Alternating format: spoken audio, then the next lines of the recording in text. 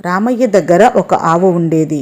అది దండిగా పాలు ఇచ్చేది. ఆవును ఎంతో శ్రద్ధగా మేత కుడితే పెట్టి జాగ్రత్తగా చూసుకునేవాడు.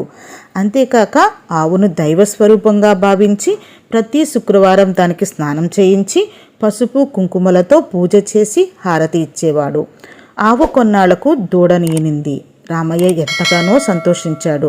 పాల దిగుబడి మరింతగా పెరిగింది. కానీ ఒకరోజు ఆ ఆవు తప్పిపోయింది. ఎంత వెతికినా దొరకలేదు. రామయ్య చాలా విచారించాడు.